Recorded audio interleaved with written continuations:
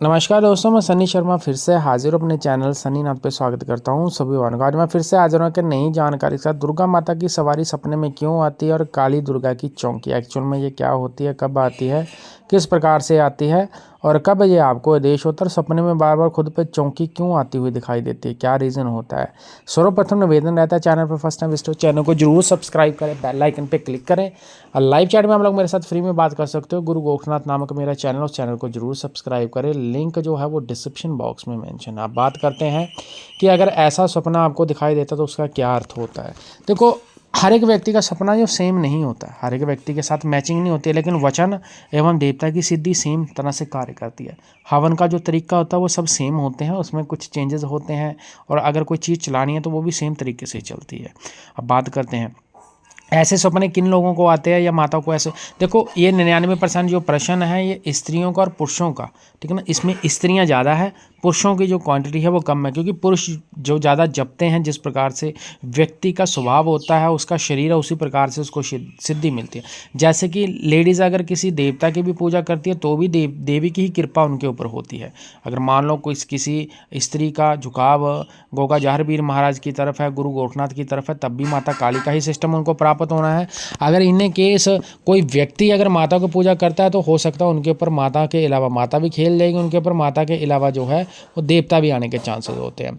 जितने भी लोग भगत जनों को चौकियां सवारियां सपने में खुद पे दिखाई देती हैं, ये वो लोग हैं जो लंबे टाइम से पूजा भक्ति करते हैं और ये वो लोग हैं जिनको देवी एक्चुअल में सिद्ध हो चुकी है, यानी कि इनके ऊपर कृपा दृष्टि हो चुकी है।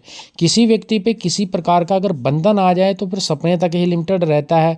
जैसे कि वो आती है, बोल नहीं पा रही, मुख नहीं खोल पा रही, वचन नहीं कर पा रही, या वचन करती है वो झूठे निकलने हैं, तो जाहिर सी बात है आप किसी छल कपट में फंस गए हो या आपकी चीज़, आपकी शक्ति पूर्ण रूप से आपके ऊपर ना सक्रिय हो पा रही है, ना वो कार्य कर पा रही है। दूसरी ओर बात करते हैं, अगर आप के ऊपर देवी आ रही है, वचन भी सिद्ध हो रहा है, सब कुछ हो रहा है, लेकिन जितनी भी चीज़ आपको सपने में दिखाई देती है, तो मैं आपको बता दूं, आपको किसी देवता के द्वारा सपन सिद्धि प्राप्त हो चुकी है, जो वहाँ पे चौकी रूप में आपके ऊपर खेलती है या किसी अन्य व्यक्ति के ऊपर खेलती है।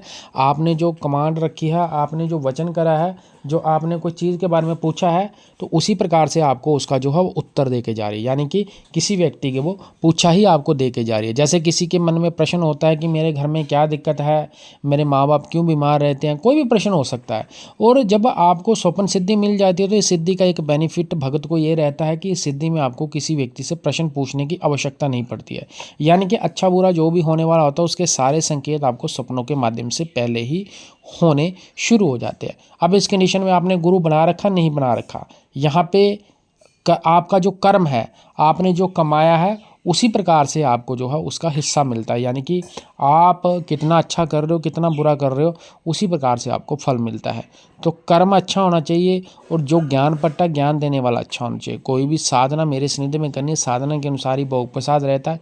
यहाँ तक मैं आप लोगों को फ्री में गाइड कर सकता हूँ, वहाँ तक मैं फ्री में गाइड करता हूँ। जहाँ पे मुझे लगता है कि भोग प्रसाद हवन होने हैं, अरदास लगनी है, वहाँ पे सारा सिस्टम वही रहता है। बाकी ज़्यादा जानकारी के लिए वेबसाइट है सनी नाथ शर्मा, उसके ऊपर विजिट करें, लिंक डिस्क्रिप्शन बॉक्स में मेंशन है। आदेश जय गुरु गोरखनाथ।